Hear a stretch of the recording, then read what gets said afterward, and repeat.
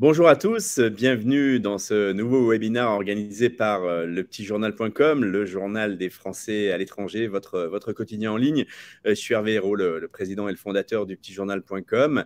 Je suis ravi de vous accueillir, vous êtes nombreux à vous être inscrits aujourd'hui pour ce webinaire organisé avec notre partenaire du CNED sur la thématique « Comment développer l'intérêt de vos enfants expatriés pour la science ». Nous avons avec nous aujourd'hui des experts et particulièrement Muriel Grenon qui est lauréate du prix éducation des trophées des Français de l'étranger 2022, donc prix remis par le CNED, qui est chercheuse en biologie, maître de conférences et fondatrice de Cell Explorers, qui est basée à Dublin. Elle va nous expliquer son parcours et justement tout son travail autour de la vulgarisation scientifique auprès des enfants. Nous avons également avec nous Fabienne Ricordel, qui est directrice déléguée aux affaires internationales et européennes du CNED, donc le Centre national d'enseignement à distance, et Cédric Faure, chargé d'ingénierie de formation au CNED. Donc nos trois experts, nos trois intervenants, vous avez la chance de les avoir avec vous pendant à peu près 1 heure. Donc c'est le moment de poser toutes vos questions, évidemment. Donc je vais vous expliquer comment faire. Vous avez un petit onglet questions en bas à droite. Donc je vais cliquer dessus et poser une nouvelle question. Donc, je vais mettre un petit bonjour. Voilà, je n'ai pas posé une question, mais je vais mettre un petit bonjour. Voilà, vous le voyez apparaître dans le fil. Donc, c'est l'onglet qu'on va utiliser et pas l'onglet chat. Donc, utilisez bien le petit onglet questions en bas à droite pour poser vos questions. Dites-nous déjà un petit peu où vous êtes. Est-ce que vous êtes en Asie et c'est tard le soir? Est-ce que vous êtes en Europe, en Afrique, sur le continent américain et c'est tôt le matin? Voilà, faites-nous un petit signe, un petit coucou. Montrez-nous que le petit onglet marche bien. Généralement, ça marche très bien, il n'y a pas de souci. Et évidemment, donc posez bien toutes vos questions sur cette thématique de la science pour notamment vos enfants et l'importance de ces apprentissages. Ce webinaire, il sera disponible en replay. Donc, si vous ne pouvez pas assister à tout le webinaire, pas de souci. Quelques instants après la fin du webinaire, donc dans un peu plus d'1 heure, vous recevrez un mail à partir de l'adresse, sur l'adresse avec laquelle vous êtes enregistré et avec le lien du replay. Donc voilà, si vous en ratez une partie, pas de souci, vous pourrez le revoir et vous pourrez également évidemment le faire connaître à vos connaissances, à vos amis, vos collègues, d'autres parents qui peuvent être intéressés par ce sujet, qui n'avaient pas eu connaissance du webinaire, mais qui prendraient plaisir et intérêt évidemment à pouvoir le visionner. Donc n'hésitez pas évidemment à le partager. Le sujet du webinaire également fera l'objet d'un article dans lepetitjournal.com dans les prochains jours. Donc la semaine prochaine en fait plus exactement, et il sera accompagné de la vidéo YouTube, donc on va exporter, et de la même façon la vidéo YouTube évidemment vous pourrez facilement la revoir ou évidemment la partager auprès de vos connaissances. Donc voilà un petit peu pour la trame. N'hésitez pas, faites-nous un petit signe, un petit coucou les internautes. On vous attend. Je vais passer la parole juste pour en quelques mots que chacun puisse se présenter, faire un petit tour de table, et puis après on va rentrer évidemment dans le vif du sujet. Muriel Grenon, je te passe la parole pour te présenter en quelques mots. Bonjour, excusez-moi. Bonjour, je suis Muriel Grenon. Je suis originaire du centre de la France et puis je suis expatriée depuis 1999. Je suis partie pour raisons professionnelles en Angleterre et je suis en Irlande depuis 2004. J'ai continué ma carrière de chercheur scientifique en biologie du cancer. Depuis 2013, je suis maître de conférence à l'université de Galway, ici. Et voilà, c'est moi. Je suis directrice du programme Cell Explorer qui fonctionne dans toute l'Irlande depuis 2015.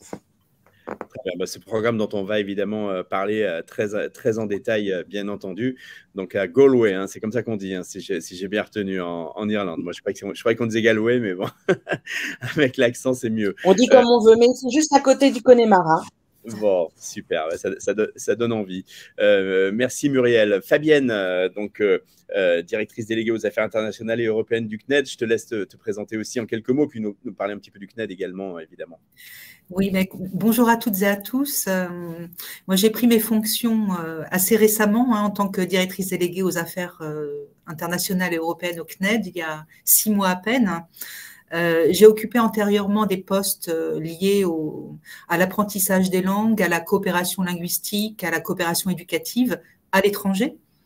Donc, je suis issue du ministère de l'Éducation nationale et de la jeunesse, mais j'ai été détachée pendant plus de 15 ans auprès du ministère du ministère de l'Europe et des Affaires étrangères. Donc, j'ai passé à peu près une vingtaine d'années en expatriation, en famille, pour raisons professionnelles, et notamment en Asie et en Europe. Voilà, donc je salue tous nos participants à ce webinaire, et je salue également Muriel, que j'ai vraiment plaisir à retrouver aujourd'hui autour de l'écran. C'est une belle occasion de pouvoir te revoir aujourd'hui en tant que lauréate du Trophée Éducation qui a été remis par notre directeur général de ses mains, Jean-Noël Tron, à l'occasion de la cérémonie officielle de la remise des trophées du Petit Journal en octobre dernier. Donc vraiment ravie de pouvoir te revoir à cette occasion, Hervé aussi bien évidemment, et de pouvoir avec Cédric aujourd'hui aussi mettre finalement en lumière le projet de Muriel, qui est vraiment un très beau projet que tu portes avec beaucoup à la fois de professionnalisme et de conviction et d'engagement. Un petit mot sur le CNED, ou peut-être Cédric écoute, ouais, on va laisser Cédric se présenter, puis on détaillera un petit peu le CNED et l'émission un petit peu plus tard, si tu veux bien. Cédric, donc du coup, tu es chargé d'ingénierie. Alors toi, tu es à Toulouse, hein, si j'ai bien compris, bien entendu. Tu es chargé d'ingénierie de formation. Vas-y, dis-nous un petit peu qui tu es. Qu'est-ce que c'est de chargé d'ingénierie, en fait? Parce que moi, je ne sais pas. Donc, bonjour à tout le monde, d'abord. Donc, je suis Cédric Faure, et donc ingénieur pédagogique chargé d'ingénierie de formation au sein de l'unité opérationnelle CNED École à Toulouse. Donc, chargé d'ingénierie de formation, il est responsable d'un parcours de formation qui est proposé, donc là, en l'occurrence, à un public d'élèves du premier degré. Donc, en ce qui me concerne, moi, je m'occupe plus particulièrement de l'enseignement au CM1 et au CM2, ces deux niveaux-là, donc le cycle 3. Et puis, j'interviens également sur des questions d'ordre scientifique dans d'autres formations qui sont proposées au sein de l'unité opérationnelle. Auparavant, donc, j'étais professeur des écoles et maître formateur. J'ai aussi été responsable pendant quelques années d'un centre pilote La Main à la Pâte. Puis j'étais ingénieur formation au sein d'une maison pour la science, une structure qui est en charge du développement professionnel des enseignants dans les domaines scientifiques, encore une fois. Et à travers ces missions, en fait, qui ont été menées en collaboration avec la Fondation La Main à la Pâte et l'Académie des sciences, j'ai développé une expertise de l'enseignement des sciences fondée sur l'investigation, ce qui m'avait notamment amené à réaliser un certain nombre de formations d'enseignants à l'étranger, d'accompagnement de projets en sciences à l'étranger, en particulier au Venezuela, en Colombie, et puis dans la région de l'Aragon en Espagne. Puis j'ai également contribué dans un autre cadre à un programme européen qui visait le partage de bonnes pratiques pédagogiques et la modélisation de programmes de formation des enseignants dans le domaine de l'enseignement des sciences. Très bien, parfait. Ben, merci beaucoup à tous les trois. Merci Cédric. Je vais peut-être passer la parole en premier à Muriel en te demandant un petit peu d'où vient cette passion chez toi pour la science, et comment tu as eu l'idée en fait de te lancer dans ce projet de vulgarisation. Alors, c'est deux questions un petit peu distinctes. Ma passion pour la science, j'ai réfléchi à ça, et il n'y a pas d'élément spécifique, je crois. J'ai grandi dans une famille de curieux. Mes parents sont curieux. Mon père était professeur des écoles. Ma mère a été infirmière, mais je n'ai pas souvenir que leurs professions ont envahi ma jeunesse. Mais bien sûr, ça a eu un rôle pour éveiller ma curiosité. Et on m'a toujours stimulé à poser des questions, et je crois que j'ai rencontré la science au fur et à mesure de mon cursus scolaire, en fait. Et puis, ça m'a toujours... J'ai trouvé toujours que les mécanismes cellulaires étaient très beaux. J'ai trouvé toujours l'information scientifique stimulante intellectuellement, et puis j'ai rencontré des professeurs qui ont éveillé un intérêt en biologie, et puis après, bon voilà, ça m'a conduit vers le métier de scientifique. Je je crois que tout le monde a un petit peu un parcours différent pour sa passion pour la science. Mais en fait, je suis toujours très étonnée de comment nos cellules fonctionnent et c'est quelque chose que je dis incessamment à mes étudiants, même à l'université. Et en fait, c'est quelque chose que je trouve qu'il est important à partager en tant que chercheur avec des enfants plus jeunes. Et en fait, la naissance de Cell Explorer, bah, c'était un petit peu par hasard. C'est un hasard qui a fait que ma vie professionnelle m'a conduit à cette création. Et puis maintenant, ça semble un petit peu évident, mais à l'époque, ça ne l'était pas. Donc, j'étais vraiment chercheur scientifique pendant longtemps. J'ai fait une thèse en biologie moléculaire et cellulaire. J'ai fait des recherches dans des instituts de biologie du cancer à Londres et à Cambridge. Et puis, j'ai dirigé des recherches à l'université de Galway. Et je me suis mis à enseigner à partir de 2008. Et en 2012-2013, j'ai suivi des cours pour perfectionner mon enseignement en 3e cycle, en fait. Et puis, il y a eu une session un petit peu pour réfléchir à comment on peut collaborer avec ses étudiants. Et à ce moment-là, il y a plusieurs choses qui se sont mises en place. Le contexte était favorable. Il y avait un besoin de l'université de communiquer avec les communautés locales, dont les écoles, à propos de la science. Il n'y avait pas vraiment de système pour le faire. Et puis, j'avais des enfants en bas âge et donc je m'intéressais peut-être plus à comment l'université pouvait interagir avec les écoles et je me disais que peut-être ça serait bien d'aller faire de la science dans les écoles. Et en même temps, j'ai mûri cette idée que pour nos étudiants en sciences, ça pouvait peut-être leur permettre de développer une expertise et des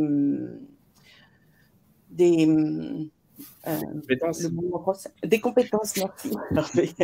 Des compétences qui sont transférables et puis utiles pour leur métier de chercheur à l'avenir. Et puis, c'est un petit peu comme ça qu'est née cette idée. J'ai proposé à mes étudiants de développer un pilote. L'université proposait un financement. J'étais voir l'école, les enseignants de l'école de mes enfants qui étaient à ce moment-là trop petits pour bénéficier de ça. Mais j'ai rencontré un directeur d'école et un professeur des écoles très enthousiaste pour le projet, avec l'envie d'accueillir des étudiants en sciences et une passion aussi pour la science. Et c'est comme ça que le pilote a démarré et le feedback a été extrêmement bon. On a développé beaucoup plus de choses que je pensais en tant que les sessions qui ont été développées par les étudiants en sciences eux-mêmes. Le feedback de l'école de l'enseignant était bon, les enfants dans la classe étaient ravis. L'idée, c'était de faire pratiquer la science aux enfants sous l'œil bienveillant de nos scientifiques étudiants et jeunes chercheurs à l'université. Et à partir de ce moment-là, quand le pilote a fonctionné, j'ai demandé des financements et puis que j'ai toujours eu. Donc, le programme a grandi, s'est développé nationalement à partir de 2015 et maintenant, nous fonctionnons dans un réseau national où des jeunes étudiants et des jeunes chercheurs proposent des activités scientifiques aux jeunes enfants en Irlande, dans les écoles et au sein de festivals des sciences ou d'autres au cours de toute l'année. Voilà. D'accord. Ton programme Cell Explorers, il s'adresse aux enfants de quel âge? C'est plutôt des enfants du primaire, enfin notre primaire français, c'est plutôt des collégiens ou les deux ou même Alors, comment ça se passe des sessions? Parce que tu as dit on a mis en place des sessions, c'est quoi? C'est très pratique ou au contraire c'est très théorique? Ça se passe, c'est en une fois ou il y a des programmes sur toute l'année?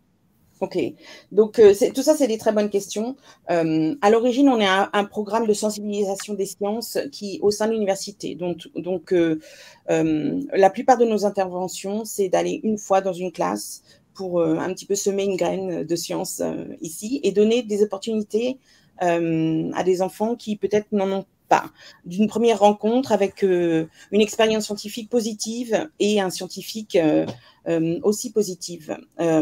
Donc, nos sessions, elles sont caractérisées par de la vraie science qu'on amène dans la classe. Donc, un peu notre session phare, c'est c'est extraire de l'ADN de banane que tout le monde a fait.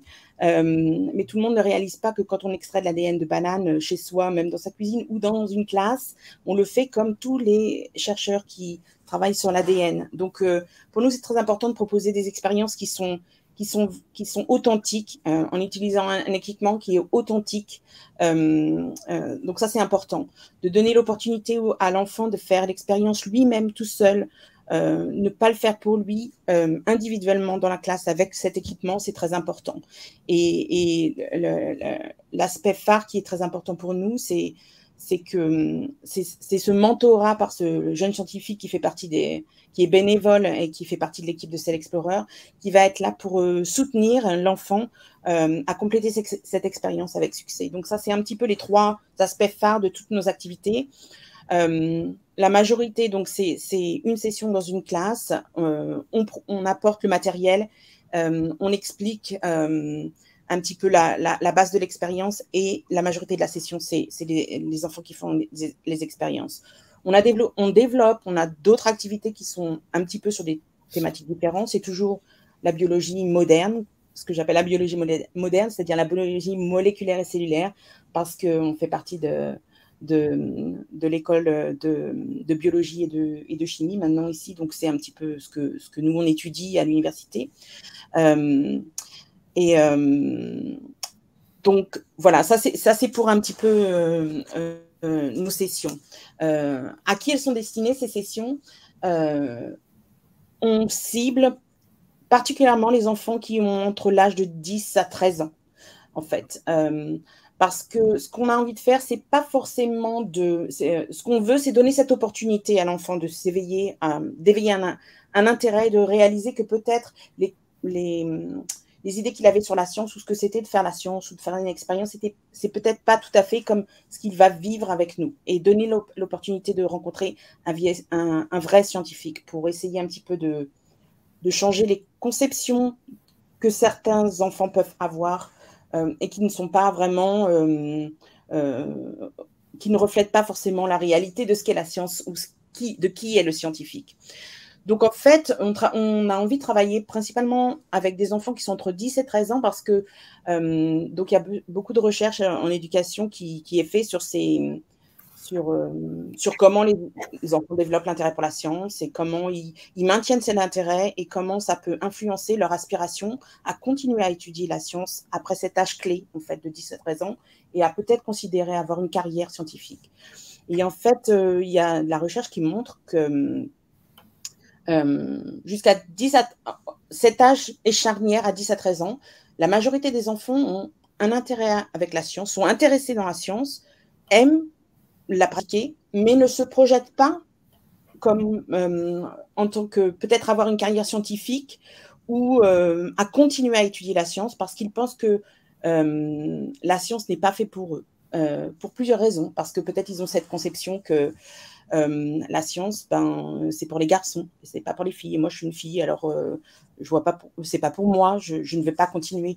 Il y a plusieurs raisons. Donc, quand les enfants ne se projettent pas ou ne se voient pas représentés dans le milieu scientifique, en fait, ça prévient cette continuité et cette envie de continuer, peut-être d'aspirer à faire plus de sciences. Donc, c'est pour ça qu'on agit au niveau de cet âge clé. Fabienne, merci Muriel. Fabienne, je vais te passer la parole. Peut-être nous rappeler en quelques mots les grandes missions du CNED, le lien avec l'international. Et puis après également, peut-être on parlera un petit peu de pourquoi le CNED a choisi Muriel et son projet. Il y a peut-être rappeler tout d'abord que le CNED est un opérateur public de l'enseignement à distance, qui est sous double tutelle, la tutelle du ministère de l'Éducation nationale et de la jeunesse, et celle du ministère de l'enseignement supérieur et de la recherche. Et il va assurer une double mission, une mission à la fois d'éducation et de formation. Donc, sur le volet de l'éducation, le CNED va pour le compte de l'État, finalement, garantir la continuité pédagogique d'élèves qui ne seraient pas en capacité, qui ne sont pas en capacité d'être scolarisés en présentiel, dans une école, un collège ou un lycée, pour différentes raisons. Ça peut être parce que l'enfant est en situation de handicap, parce que pour des raisons médicales, pour itinérance de la famille, parce qu'il pratique une activité sportive ou artistique intensive. Enfin, en tout état de cause, il est dans une situation où il a un emploi du temps qui n'est pas compatible avec une scolarité en présentiel. Et sur la mission de formation, le CNED va également contribuer finalement à l'accès à la formation des étudiants et des adultes, pour diverses raisons aussi, des adultes qui initieront un parcours de formation, qui reprendront des études supérieures, des études secondaires, qui vont chercher à se reconvertir professionnellement, qui vont préparer un concours de la fonction publique. Voilà, donc le CNED va également s'inscrire dans ce volet de formation et accompagner l'étudiant ou l'adulte dans son parcours. Donc la mission est double, mais disons que finalement l'objectif est unique, c'est celui de favoriser l'accès à toutes et tous à l'instruction, à l'éducation et à la formation, et évidemment d'en garantir à la fois sa réussite scolaire, individuelle ou son insertion professionnelle.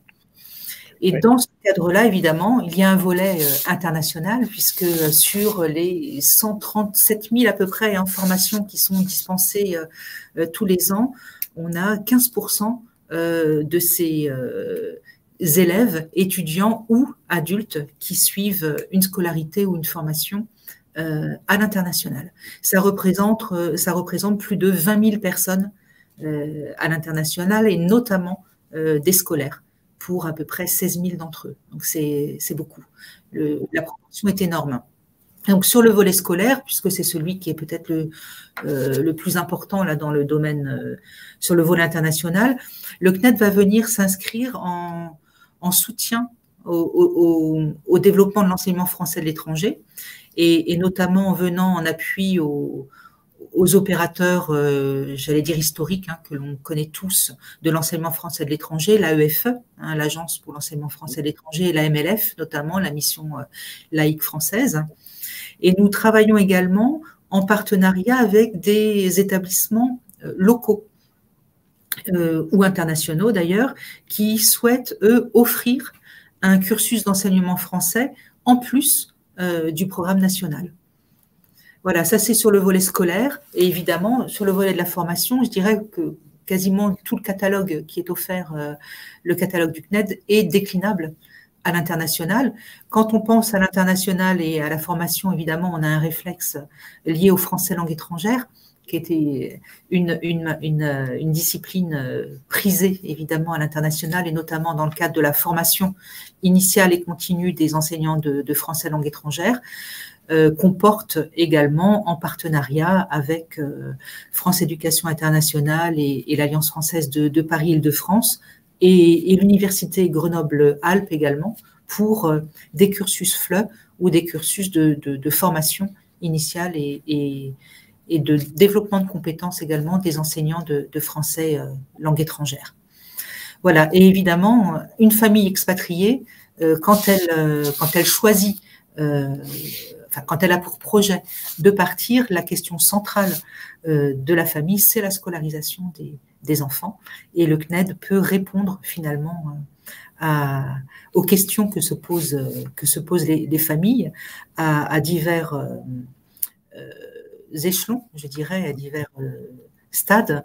Quand un enfant est par exemple scolarisé dans un établissement français de l'étranger, le CNED va venir s'inscrire en complémentarité de l'offre en présentiel. Je pense notamment à des options qui ne seraient pas offertes par l'établissement, ou à des enseignements de spécialité du cycle terminal.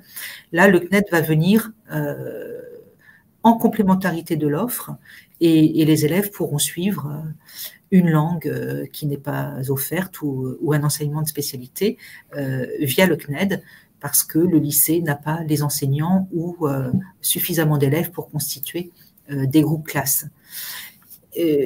Mais pensons aussi aux enfants expatriés qui sont dans les établissements locaux de l'étranger.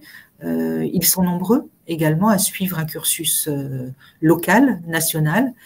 Et si les familles ne veulent pas perdre finalement le lien, le contact avec la France, avec la langue française, avec les programmes nationaux, l'élève aura également la possibilité de suivre un programme scolaire français. Alors, bien évidemment, allégé, parce que suivre une double scolarité, ça peut finir par être pesant. Une scolarité allégée, mais qui finalement offre la possibilité de suivre les fondamentaux de la scolarité française. Voilà, je n'ai pas parlé des individuels, ceux qui sont finalement éloignés d'un établissement français ou qui peuvent également ne pas être en capacité d'être scolarisés en présentiel pour les raisons que j'évoquais tout à l'heure. Là, la solution CNED est également envisageable en scolarité complète, ce qu'on appelle une scolarité complète réglementée à la maison, l'instruction en famille. Voilà, c'est très schématique, mais disons qu'on peut répondre à des situations très diverses, parce qu'on sait que l'expatriation, justement, relève d'une diversité de situations avérées. Et juste, Fabienne, je sais que c'est le cas, hein, mais pour bien le redire, on passe bien les diplômes de l'éducation nationale française, on passe bien les niveaux de l'éducation nationale française. Bien sûr. Oui, bien sûr. Très bien. Cédric, une petite question, puisqu'on parle de sciences aujourd'hui. Je voulais savoir un petit peu comment se déroulait l'apprentissage de la science dans le premier degré avec le CNED. Comment est-ce que vous avez des programmes spécifiques, ou est-ce que, bon, évidemment, vous suivez le programme d'éducation nationale, mais comment est-ce que finalement, à distance, on arrive à éveiller aussi un petit peu les enfants à un intérêt vers la science? Oui, alors bien évidemment, en CNED, l'enseignement des sciences, il est organisé dans le respect des programmes en vigueur et en continuité de l'école au lycée. Et cet enseignement, il débute dès la maternelle. Donc, dès le plus jeune âge, en fait, les élèves sont initiés à la démarche d'investigation qui développe la curiosité, l'esprit critique, l'intérêt donc pour les sciences. Et cela par l'exploration et l'observation du monde qui les entoure. Et dès le cycle 2 à l'école élémentaire, cet enseignement des sciences et technologies, il relève d'une thématique qui s'intitule « Questionner le monde », où les élèves sont amenés justement à questionner le monde qui les entoure à partir d'observations de phénomènes dans l'environnement proche. Et au cycle 3, on arrive donc dans un champ disciplinaire qui s'intitule « Sciences et technologies ». Du point de vue de la mise en œuvre de cet enseignement des sciences à distance avec le CNED, en fait, on se retrouve dans un enseignement des sciences qui est finalement assez proche de ce qu'on peut retrouver en présentiel. Forcément, il y a des adaptations qui vont être envisagées pour que cet enseignement soit transférable à distance.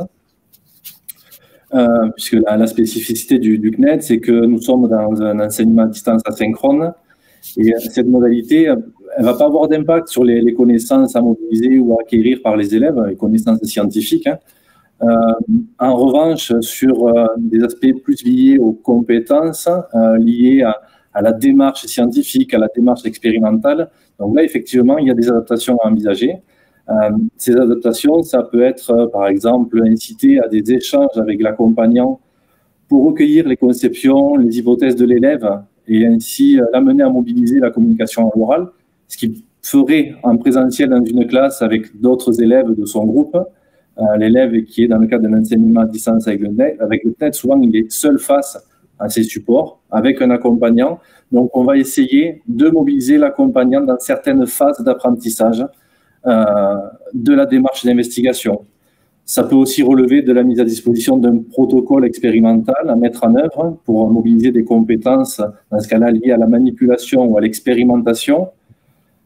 l'utilisation de supports médias de type audio, vidéo est aussi très mobilisée. Ainsi, observer une vidéo d'expérience menée en classe amènera l'élève à comparer ses résultats, les résultats de sa propre expérience, avec ceux donnés dans le support d'apprentissage, ce qui facilitera ensuite l'interprétation avant de tirer une conclusion sur le sujet qui était étudié.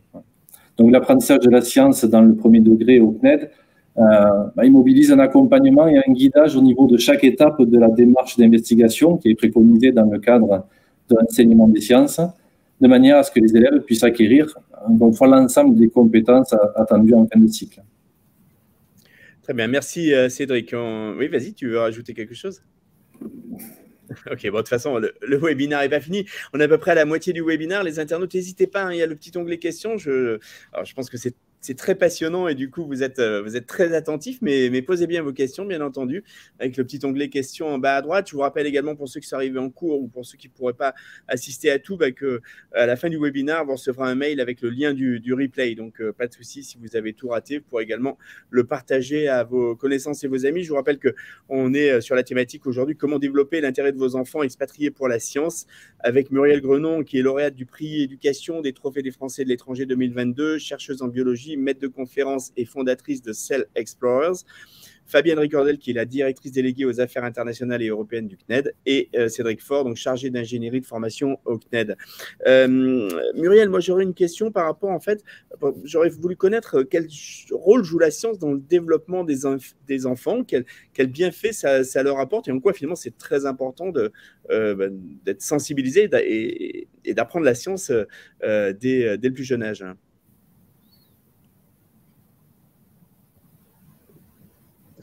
Oui, alors Cédric en a déjà parlé.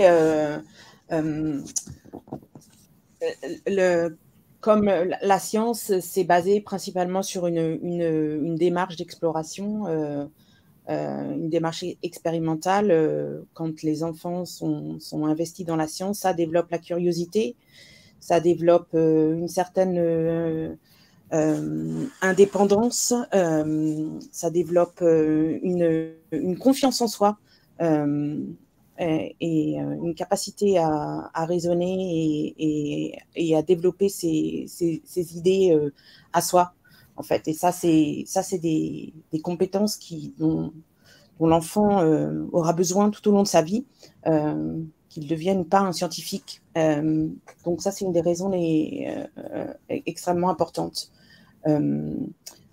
J'ai déjà oublié la deuxième partie de ta question, Hervé. Non, en fait, ça rejoignait un peu ça. C'est finalement. Pourquoi c'est important, voilà. Qu'est-ce que ça va apporter à l'enfant? Donc, en dehors d'apporter des compétences qui vont être bénéfiques,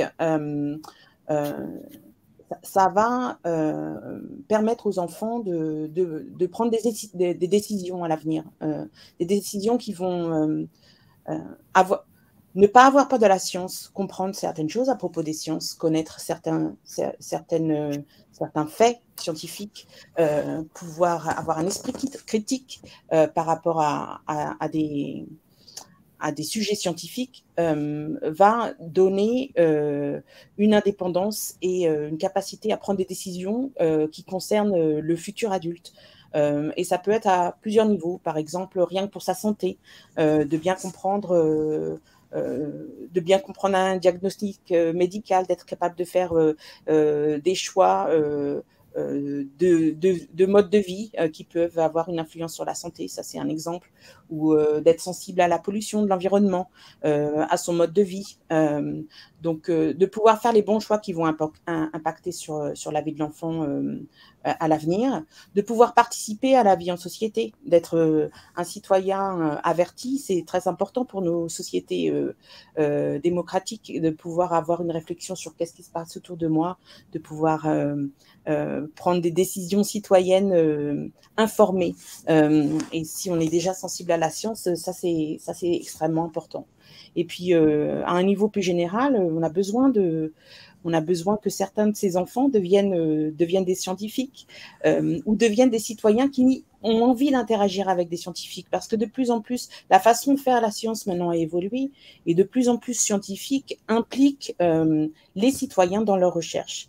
Et on a besoin que les adultes de la société s'engagent, aillent vers ces scientifiques et participent à ces recherches. C'est très important. Et puis, j'ajouterais, après, à un niveau peut-être moins fondé sur la société, c'est important de garder sa curiosité d'enfant, et juste parce que la science c'est beau, et tout le monde peut bénéficier d'avoir de la science, un petit peu de science dans sa vie, et de ne pas en avoir peur, c'est très important. Ouais. Est-ce que en Irlande, comme parfois en France, hein, je sais qu'il y a des campagnes de sensibilisation en France, je pense à la fête de la science, hein, je ne dis pas un exemple, mais je sais que ça existe.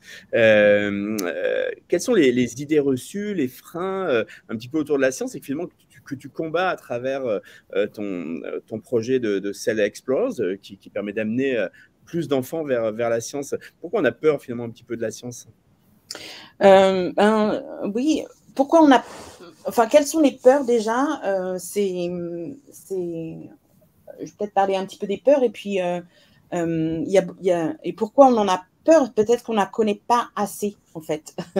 Il y a beaucoup de ces conceptions alors, qui touchent plusieurs niveaux. D'abord, qui sont les scientifiques et quelles sont les compétences qu'on doit avoir, ou quel genre de personnage doit-on être pour devenir un scientifique. Donc, il y a beaucoup de misconceptions à ce niveau-là. Par exemple, souvent, si on demande à quelqu'un d'écrire un scientifique, l'image qui vient en tête, c'est pas quelqu'un de jeune, plutôt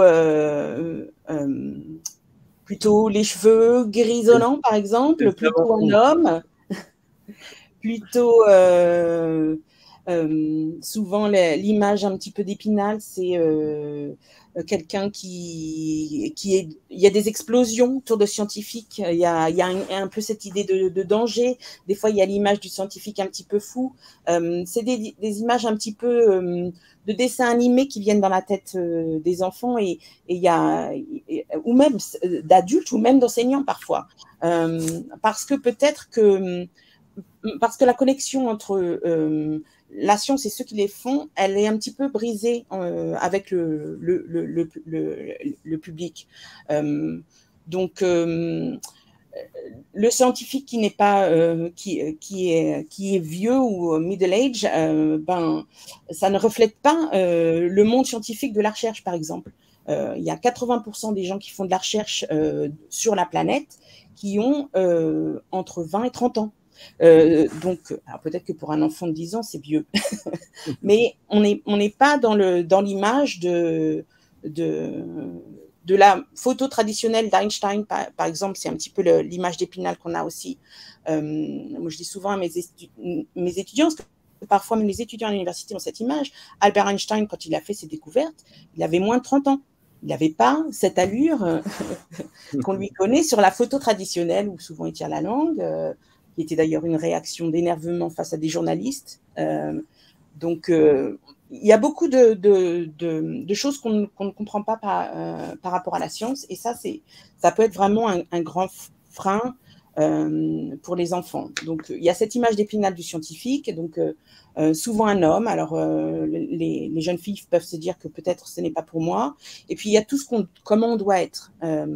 Les enfants, ils se disent, mais moi, la science, ils pensent que pour devenir un scientifique, peut-être il faut avoir toujours aimé la science. Ou, depuis qu'on est né, on aime ça. Ou on est très, très fort en maths. Ou on comprend tout du premier coup. On ne fait jamais d'erreur. Toutes ces idées reçues qui sont incorrectes.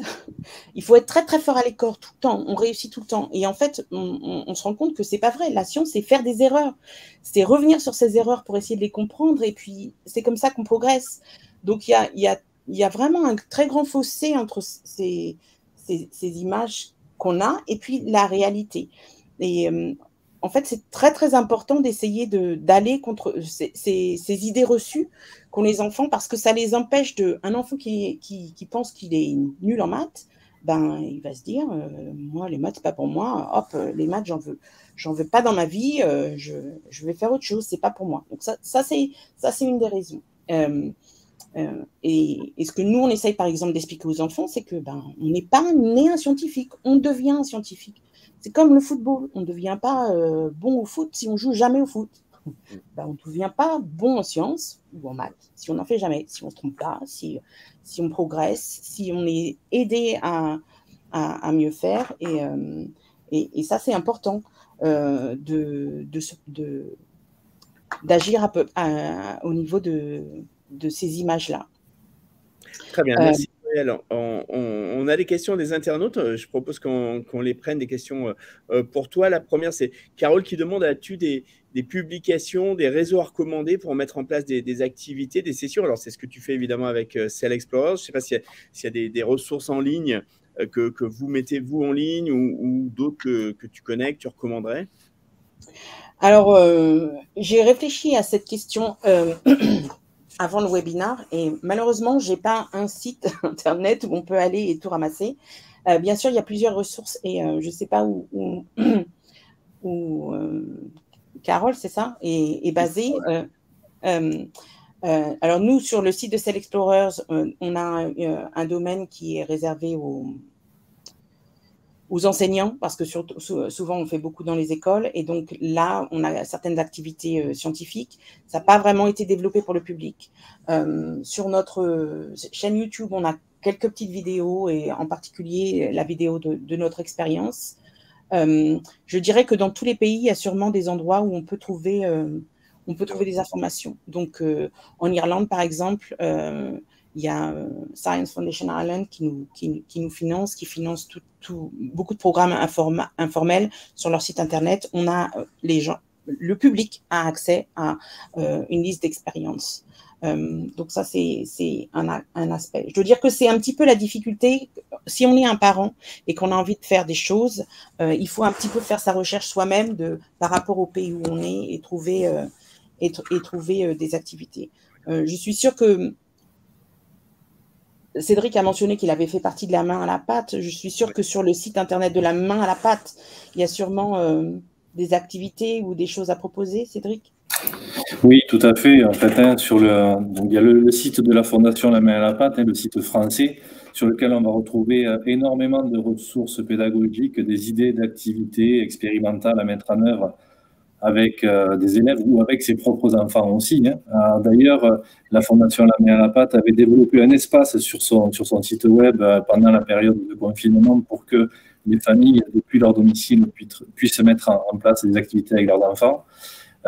Et puis, il y a des sites, on va dire des sites miroirs, celui de La Main à la Pâte, qui sont développés dans diverses régions du monde, et qui s'inspirent justement des ressources déjà existantes et qui sont traduites en langue étrangère, justement pour que ça puisse concerner le plus large public possible, en fait. Voilà. Merci Cédric. On a une question de Claude Muriel qui demande combien d'années d'études pour devenir scientifique. Alors c'est vrai qu'on a aussi l'image, je ne sais pas si c'est une réalité, de gens qui font des études très longues, très compliquées. Est-ce que finalement un scientifique c'est ça, ou est-ce qu'on peut être aussi un scientifique, pas du même niveau, mais à partir d'études plus courtes? Alors c'est une très bonne question et c'est un très beau commentaire, Hervé, ce que tu viens de dire. Parce que, en fait, une des raisons pour lesquelles les enfants peut-être ont un petit peu peur des sciences ou n'ont pas envie de devenir scientifique, c'est que beaucoup d'enfants ne savent pas ce que c'est d'être un scientifique. Beaucoup d'adultes aussi, et même quand moi je suis devenue scientifique en faisant un doctorat en sciences, ma famille ne comprenait pas vraiment ce que je faisais non plus. Et en fait, c'est compliqué parce que donc c'est une très bonne question. Qu'est-ce que c'est un scientifique? Souvent, les enfants et même les adultes associent être un scientifique à travailler dans un laboratoire et faire de la recherche. Faire de la recherche en sciences, c'est explorer, essayer de répondre à une hypothèse ou une question que personne n'a jamais étudiée avant pour faire progresser une connaissance ou résoudre un problème donné. Okay. Donc, ça, c'est un type de métier scientifique. C'est un métier scientifique qui est associé à la recherche. Pour devenir un chercheur, il faut finir l'école primaire, aller au collège, aller au lycée, avoir son bac, après faire des études, faire une maîtrise et ensuite s'engager dans un doctorat en sciences. Donc là, on en est après le bac à 5 plus 3, ça fait 8 ans d'études. Donc, mais c'est pas le seul. Faire de la recherche en sciences, c'est pas le seul métier scientifique. Il y a beaucoup d'autres métiers qui n'impliquent pas forcément faire de la recherche, mais qui sont aussi des métiers en sciences. Être un ingénieur, avoir un diplôme d'ingénieur, c'est 5 ans, c'est associé à un métier scientifique. On peut, par exemple,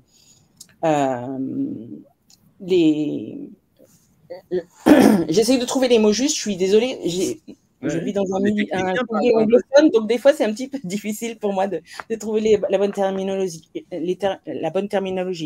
Mais par exemple, dans une équipe sportive, il y a souvent, il n'y a pas que des médecins qui suivent les sportifs, mais il peut y avoir aussi les personnes qui s'occupent, les diététiciens qui s'occupent de suivre les sportifs. Bon, ça, c'est des métiers à connotation scientifique. Donc, et en fait, c'est ça qui est important pour que les jeunes aient moins peur de la science, c'est d'arriver à leur faire une connexion entre la science et ces métiers scientifiques dans la vraie vie. Où est-ce qu'elle est la science dans la vraie vie? Faire la météo, prévoir le temps, c'est de la science.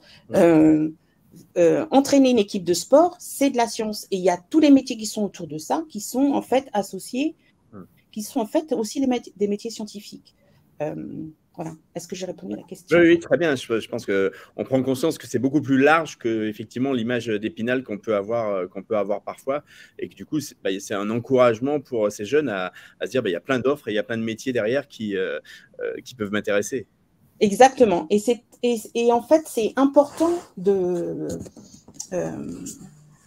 Il y a des recherches qui ont montré que en fait la probabilité que les enfants que les jeunes vont aspirer à étudier la science ou à une carrière scientifique, elle est proportionnelle à la quantité de sciences qu'ils ont dans leur vie, à leur capital scientifique, en fait. C'est une terminologie qui a été proposée par le groupe de Louise Archer à Londres. Et en fait, le capital scientifique, c'est le sac à dos que tout le monde porte dans son dos, qui est fait de 4 choses, qui est fait de ce qu'on connaît, des connaissances scientifiques qu'on a. Ça, c'est une chose, mais c'est qu'une chose. Il y a beaucoup de choses. C'est aussi qui on connaît en sciences. Donc, est-ce qu'on connaît des scientifiques dans sa vie? Est-ce qu'on arrive à les trouver? Où sont les scientifiques? Est-ce qu'on les connaît personnellement et on peut interagir avec eux? C'est aussi la science qu'on pratique. Qu'est-ce que les jeunes font comme science, la quantité de sciences qu'ils font. Et puis, la 4e chose qui me sort de la tête maintenant, qui on connaît, ce qu'on fait, pratique, et voilà, et ce qu'on pense de la science, l'attitude qu'on a par rapport à la science. Est-ce qu'on pense qu'on est capable d'en faire? La confiance en soi. Et ça, c'est 4 choses qui remplissent ce sac à dos. Et plus on en a, plus on a envie de continuer. Et c'est là où c'est important d'agir sur ces.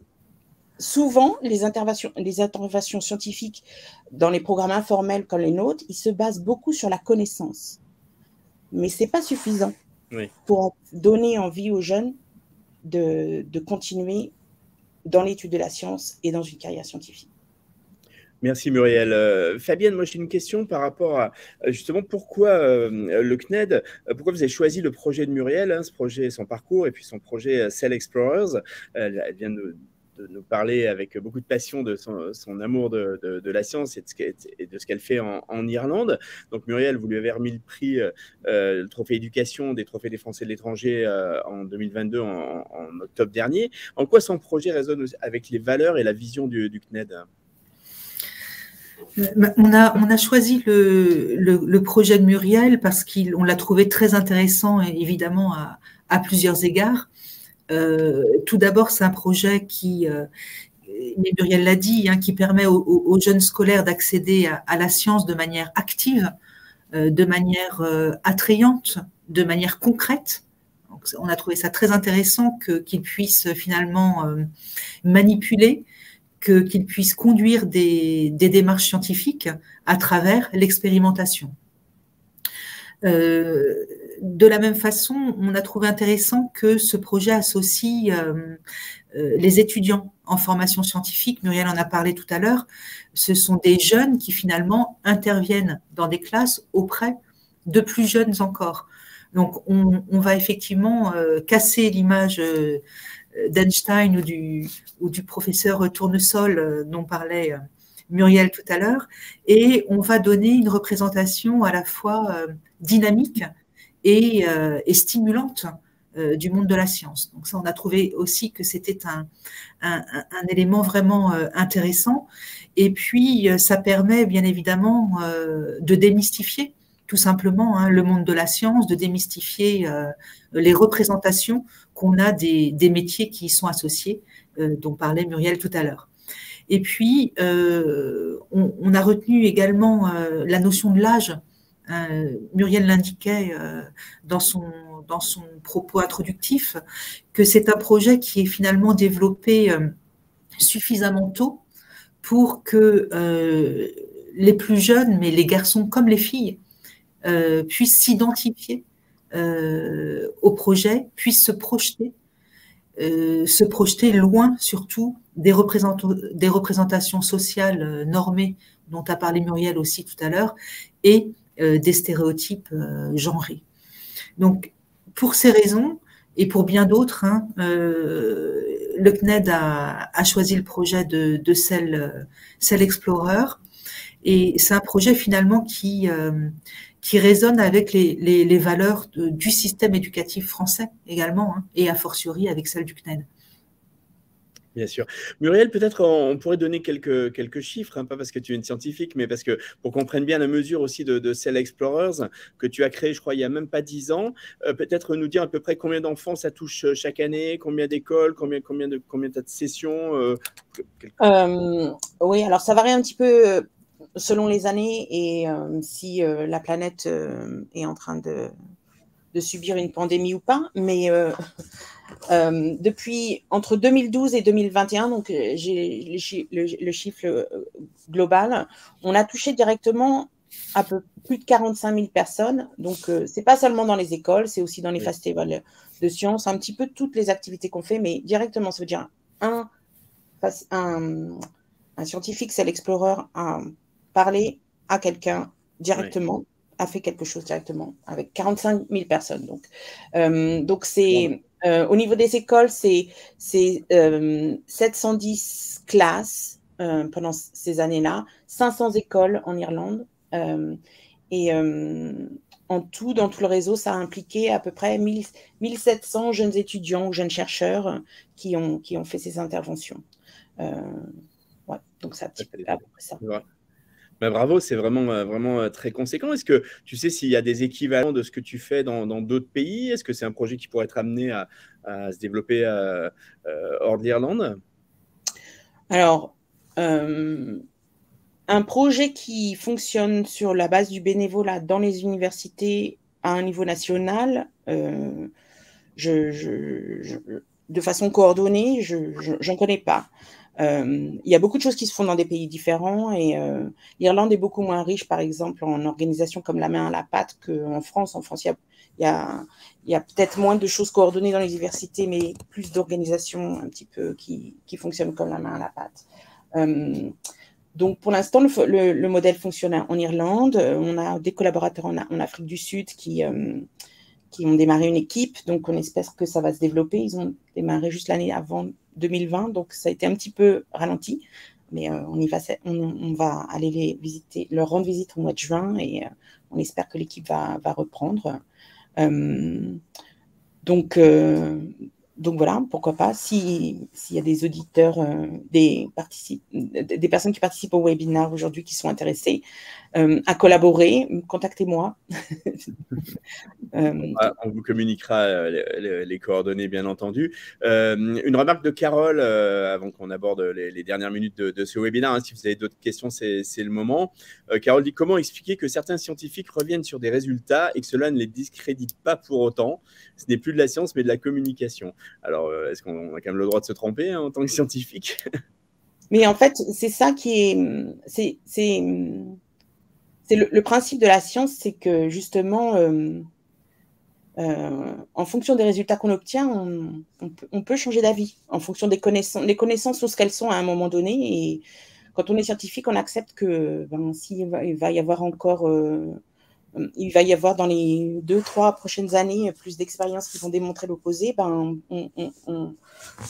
ça peut changer la donne. Alors, c'est vrai que c'est un problème pour la communication scientifique parce que pour le public en général, quand on n'est pas au courant de la façon dont la science fonctionne, on peut trouver ça surprenant et on peut penser... Parfois, les scientifiques peuvent donner l'impression qu'ils ne savent pas de quoi ils parlent ou qu'ils changent d'avis tout le temps. Mais le processus est lent et aussi il y a un débat dans la communauté internationale scientifique de ces résultats. Donc, il y a une remise en cause par la communauté scientifique des résultats tout le temps, jusqu'à ce qu'on soit sûr que ces résultats soient là, mais la connaissance vaut ce qu'elle vaut à un moment donné. Donc comment expliquer que certains scientifiques reviennent sur des résultats? Ça, c'est le processus normal de la science, jusqu'à ce qu'on ait établi qu'à partir d'un certain moment, on peut établir que oui, ça y est, c'est comme ça. Mais en fait, les découvertes, elles s'étalent sur... les progrès sont très, très, très, très lents aussi. Donc, ça peut être difficile à comprendre. Et effectivement, il faudrait communiquer sur la façon dont les scientifiques produisent leurs résultats et établissent leur analyse. Et les scientifiques sont là pour faire de la... donc je pense que là, vous parlez, Carole, des chercheurs. Et les chercheurs, ils sont là pour faire la recherche. Ils ne sont pas tous formés à communiquer. Et parfois, ils peuvent être extrêmement frustrés parce que quand ils veulent communiquer leurs résultats, ils impliquent beaucoup de nuances et les équipes de communication des universités ou des instituts de recherche ou les journalistes, on ne veut pas de la nuance. On veut un titre accrocheur qui va vendre. Donc, des fois, on peut aussi avoir l'impression que peut-être les scientifiques reviennent sur les résultats, alors que peut-être qu'à la base, ce qui a été annoncé n'était pas exactement ce que les scientifiques voulaient dire. Ouais. Donc, ça, c'est une difficulté. Et ce qui est difficile aussi pour les scientifiques, c'est que maintenant, l'information, elle est partout. Et puis, le public peut aller sur Internet et trouver différentes choses. Et ça, c'est une chose qui est pas facile à gérer. Et c'est pour ça que c'est extrêmement important que le public soit plus en contact directement avec certains scientifiques. Ceux qui veulent bien passer du temps et apprendre à communiquer avec le public. Ouais, d'où l'importance d'être sensibilisé dès le plus jeune âge. Oui. Et on aborde les dernières minutes de ce webinaire. Les internautes, hein, si vous avez des questions, c'est vraiment le tout dernier moment. Moi, j'ai une question pour Cédric, en fait. Si tu voulais bien nous donner quelques conseils pour les parents, en fait, de façon, je dirais, à les aider dans... alors, on a parlé de la main à la pâte, mais finalement, comment est-ce qu'on peut sensibiliser les parents pour qu'ils fassent aimer la science à leurs enfants? Oui, alors, il faut garder à l'esprit que les sciences, ça dépasse largement le simple champ de la connaissance, la connaissance des animaux, des végétaux, des roches, etc. Hein. C'est vraiment l'occasion pour les enfants de réfléchir, de faire preuve de bon sens, comme on l'a déjà évoqué. C'est l'occasion pour eux d'observer, de raisonner. Par exemple, voir un petit animal, un insecte en photo dans un livre, c'est bien. L'observer à la loupe dans son milieu naturel, c'est un véritable plus. Donc, l'idée, c'est ça, c'est vraiment de se questionner, d'accompagner le questionnement de l'enfant et de l'amener à trouver des réponses par lui-même. Et avec les ressources numériques, utilisées notamment dans les modalités d'enseignement en distanciel, telles que des vidéos 3D, de modélisation, l'observation du même insecte qu'on a pu faire, alors soit dans un livre, soit dans la nature, mais ça prendra encore une autre dimension. On pourra effectuer un zoom sur certaines parties de l'insecte, sur ses pattes, ses antennes, ses pièces buccales, le faire tourner à 360 degrés. Et là, les enfants n'oublieront jamais. Du coup, les supports numériques qui sont utilisés dans le cadre de l'enseignement à distance, ils peuvent contribuer vraiment à faire aimer la science. Au CNED, d'ailleurs, pour accompagner les cours, on développe très fréquemment des objets d'apprentissage numérique sous la forme de livres numériques interactifs ou d'activités interactives qui vont reprendre des contenus de cours et amener les enfants à remobiliser les connaissances différemment avec ces supports numériques. Et puis ce que je voudrais dire aussi, c'est bon, chacun sait que très tôt, la plupart des enfants, ils regardent autour d'eux tous les phénomènes qui les entourent, ils se questionnent. Je veux dire, on a tous connu cette phase de pourquoi ci, pourquoi ça. Voilà, donc ce questionnement, il doit autant que possible recueillir l'intérêt des parents qui entourent l'enfant. Pour faire aimer la science à distance, il faut essayer de trouver un écho à ce questionnement dans des ressources numériques, un petit peu réalité augmentée, on en trouve de plus en plus aujourd'hui, dans des activités interactives, faire une expérience en ligne à l'aide d'une application. Un exemple tout simple, l'utilisation d'un logiciel ou d'une application mobile d'astronomie, ça peut permettre de répondre à la curiosité de l'enfant sur l'enchaînement des jours et des nuits. Un échange en visio, ça peut l'amener à se questionner sur la diversité des environnements sur la planète. Donc autant d'exemples qui vont enclencher puis développer ce processus de curiosité dont on a beaucoup parlé chez l'enfant, son intérêt pour les sciences, son goût pour le numérique aussi, du coup, et par conséquent l'amener à aimer la science à distance. Très bien, merci beaucoup Cédric. On arrive au terme de ce webinaire. Je vais passer un petit mot de la fin pour Muriel et pour Fabienne. Muriel, peut-être si tu voulais dire un dernier mot à nos internautes, nos auditeurs, en guise de conclusion. J'aimerais les encourager à poser des questions à leurs enfants quand les enfants posent beaucoup de questions. Parce que Cédric a parlé du questionnement incessant des enfants et peut-être parfois les parents peuvent se sentir un peu démunis et ne pas savoir répondre à la question. Et il y a une chose que les scientifiques font, c'est qu'ils admettent facilement ne pas savoir tout, ne pas tout savoir, et de chercher ensemble la réponse à la question, ça peut être quelque chose d'extrêmement productif. Donc, même si parents ou même enseignants parfois, vous ne vous sentez pas capable de répondre à la question, eh bien, admettez-le et puis cherchez ensemble pour faire de cette quête scientifique une affaire de famille et de développer l'intérêt des enfants. Et puis, je voulais remercier le CNED d'avoir démontré leur confiance dans le programme en m'attribuant ce trophée l'année dernière, et puis le Petit Journal d'organiser ces trophées, parce que c'est une occasion unique de voir ce que les Français à l'étranger font. Donc je voudrais vous remercier énormément pour tout ce que vous faites. Je trouve que c'est vraiment admirable. Et puis finalement, je suis toujours disponible à Cell Explorer. Donc, vous pouvez trouver l'email adresse du programme sur le site internet cellexplorer.com. Donc, si vous avez des questions, n'hésitez pas à nous contacter et puis je vous répondrai le mieux que je peux. Voilà, merci beaucoup. Parfait. Merci beaucoup Muriel. Fabienne, un mot de la fin? Mais écoutez, en guise de mot de la fin, je voudrais finalement reféliciter au nom du CNED, Muriel et toutes ses équipes pour le formidable travail qu'elle réalise auprès des plus jeunes dans le cadre de ce projet Cell Explorer qu'on a effectivement voulu valoriser.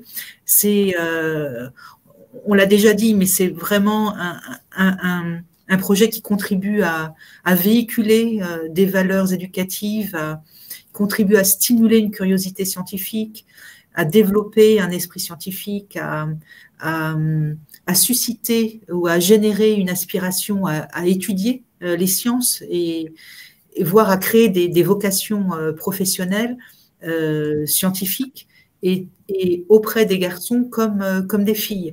Donc, c'est vraiment ce type de projet qui, à mon sens et au sens évidemment du CNED, qui contribue finalement à l'émergence de citoyennes et de citoyens qui sont responsables, qui deviennent responsables, des citoyens responsables, des citoyens cultivés au sens large du terme, au sens éclairé du terme. Voilà, donc merci vraiment pour cette contribution au devenir de nos jeunes. Et merci Hervé de nous avoir conviés, Cédric et moi, à participer à ce webinaire. Écoutez, c'est moi qui vous remercie. Donc, Muriel Grenon, lauréate du prix éducation des trophées des Français de l'étranger 2022, fondatrice donc de Cell Explorers, prix remis donc par le CNED, représenté aujourd'hui par Fabienne Ricordel, directrice déléguée aux affaires internationales et européennes, et Cédric Faure, chargé d'ingénierie de formation. Merci à tous les trois. Merci aux internautes pour avoir assisté à ce webinaire. Il sera disponible en replay dans quelques instants. Il y aura un article sur lepetitjournal.com avec la vidéo YouTube la semaine prochaine. N'hésitez pas évidemment à la partager autour de vous. Bonne journée, bonne soirée, c'est selon, et à très bientôt. Merci beaucoup. Au revoir à tous. Merci, au revoir. Merci.